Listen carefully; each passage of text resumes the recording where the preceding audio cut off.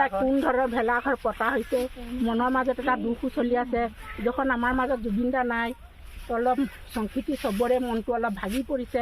আৰু মাজত মাত্ৰ এটা দিন, এদিনতে পিছত আমি সকলোৱে এই যি ভেলাঘৰ সাজি তোলা হৈছে, এই ভেলাঘৰত আমি সকলোৱে এসাঁজ খাম। আৰু এই যি বৰগুল আদৰকোনা শ্ৰীভূমি জিলাৰ কেইবাটাও অসমীয়া গাঁও আছে, অসমীয়া গাঁৱৰ পুৰুষ মহিলা সকলোৱে মিলি পেলাই এই ভেলাঘৰ সাজি তুলিছে। কেমেৰা পাৰ্চন প্ৰদীপে দেখুৱাই আছে।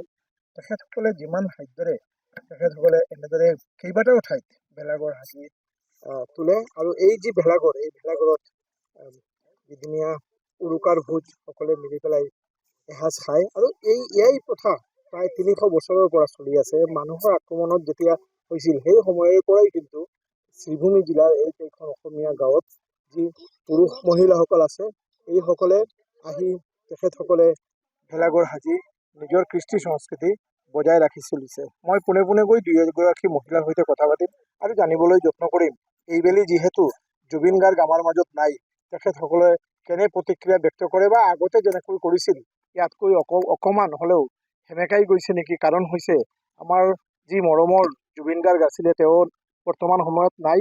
আৰু কেনেদৰে তেখেতসকলে এই যি ভেলাঘৰ তেখেতসকলে বনাইছে বা কিমান দিনৰ পৰা তেখেতসকলে কষ্ট কৰি ইয়াত বনাইছে। ল'ৰাখিনিয়ে বহুত দিনৰ পৰা কষ্ট কৰিছে। পৰিষ্কাৰো কৰিব লাগে, ভেলাঘৰো বনাব লাগে। সেইখিনি নবনালেও অসমৰ যিটো শান্তি সেইটো নহ'ব। সেইকাৰণে তেখেতসকলে ভেলাঘৰটো বনাইছে, ৰোজগাৰো কৰে। চব দেশতে বোলে গাঁৱে গাঁৱে মিনিষ্টাৰ মন্ত্ৰী মহোদয়ে চাইজৰ সবল দিয়ে। আমাৰ ৰাইজখনক মানে একোৱেই নিদিয়ে, চব পিছপৰা গাঁও। আমাৰতো গাঁওখন ধৰ আজি বহুত বছৰৰ পৰাই কেও আমি ইয়াত অসমীয়া মানুহ আছো বুলি নকয়ে। আমি যে ইয়াত বঙালীৰ মাজত অসমীয়া পৰি আছো, আজি 50-60 ঘৰ মানুহ অসমীয়া মানুহ আছো। এইয়াটো যদি আপোনালোকে চবেই চাইজৰ সবল কৰে, মন্ত্ৰী মহোদয় চবেই যদি আমাক অকণমান চাই। মন্ত্ৰী মহোদয় নাহে, অহা নাই আমাৰ ইয়ালৈ, এদিনো অহা নাই, এবাৰো অহা নাই। মানে অন্য দেশত আহে বোলে শুনো, আমাৰ দেশলৈ অহা নাই। তলপৰা গাঁও আৰু কেও নাহেও নেদেখেও। এইফালে চুতীয়া সন্মিলন হয়, আদৰকোনা দি বহাগ বিহু হয়, কিবা কিবি হয়। আমাৰ এইখন ৰাজ্যততো আৰু একোৱেই নহয়। আমি ইয়াত অসমীয়া যে পৰি আছো, তেও আমাক নাভাবে ইয়াত অসমীয়া মানুহ আছো বুলি। আমি বহুত কষ্টকে আপোনালোকে কৃষ্টি সমস্যা চলিছে। পানী খাবৰ এটা হেৰি নাই, কুঁৱা নাই, হেৰি ৱাটাৰ চাপ্লাই নাই, একোৱেই নাই। আমি এনেকেই ধৰণতে ল'ৰা ছোৱালীখিনি চবেই আৰু কষ্ট কৰি খাই মেলি চব ৰুজি কৰা মানুহ। আমাৰ এইবোলে চাকৰি যে এইখন গাঁৱত চাকৰি কৰা মানুহ কেও নাই। আমি চবেই নিজৰ চাকৰি কৰি কষ্ট কৰি অৰুণোদয় নাই। অৰুণোদয় আমাৰ ইয়াত জিলাত যে আমি ইমানখিনি মহিলা আছো, কোনো এজনী মানুহে আমি অৰুণোদয় নাপাওঁ। আমি বোলে প্ৰাপ্য নহয় বোলে, আমি যাম ক'লে ক'ত খাম। আচলতে বিহু হ'লে সকলোৱে মনৰ এটা উৎসাহ থাকে, কিন্তু এই যি গাঁৱৰ অসমীয়া লোকসকল আছে, এই লোকসকলৰ মাজত ইমানখিনি উৎসাহ দেখিব পোৱা নাযায়। কিয়নো চৰকাৰ প্ৰশাসনৰ ফালৰ পৰাও তেখেতসকলক ভালদৰে চোৱা চিতা নকৰে বা কোনো জনপ্ৰতিনিধিও তেখেতসকলৰ ইয়াতে নাহে। ফলতে তেখেতসকলে অতি কষ্ট কৰি বিহু পাতিব লগা হয়। তথাপিও বিহু আমাৰ কৃষ্টি সংস্কৃতি, বিহু আমাৰ সভ্যতা। ফলতে এই যিসকল মহিলা আছে তেখেতসকলক আমি অনুৰোধ কৰিম, 2 এটা লানি যদি বিহুৰ গান গাই দিয়ে।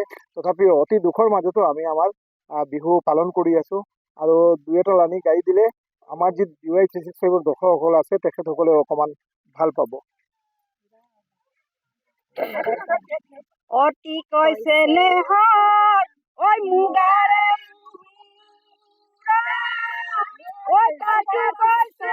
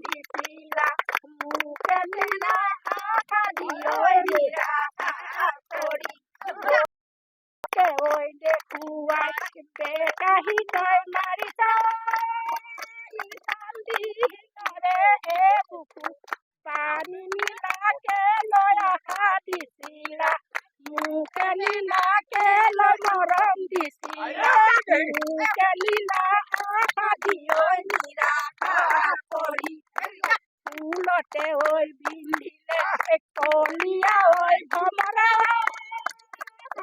মালতে ঐ বিন্ধিলে মাছনি লাগে লৈ আশা দিছিলে মন কিনো দিবলৈ আশানুৱাই কৰিছে দিব আমাক অৰুণোদয় আৰু দিব আমাকে লাখপতি ঐ বাই তই লোককে ঐ দেখুৱা বেকাহি তই মাৰি চাই দিহিঙৰে এই বুকু পানী নীলাকে লৈ মৰম দিছিলা লৈ আমাক আশা দি ঐ নিৰাশা কৰি হয়, বিহুৰ এই গানৰ যোগেদি চৰকাৰ প্ৰশাসনক তেখেতসকলে ক'ব খুজিছে যি বঞ্চনা তেখেতসকলে ইমান দিনৰ পৰা পাই আছে, চৰকাৰৰ যিসকল প্ৰতিনিধি আছে বা চৰকাৰ আছে, চৰকাৰে যেন তেখেতসকলৰ ফালে এবাৰ দৃষ্টি দিয়ে। অৰুণোদয় বা খোৱা পানীৰ পৰা তেখেতসকল বঞ্চিত হৈ আছে। এই ভেলাঘৰৰ যোগেদি তেখেতসকলে সকলৰ ঠাইত অনুৰোধ কৰিছে যে তেখেতসকলৰ যি সমস্যা আছে এই সমস্যা যেন অতি সোনকালে সমাধান হয়।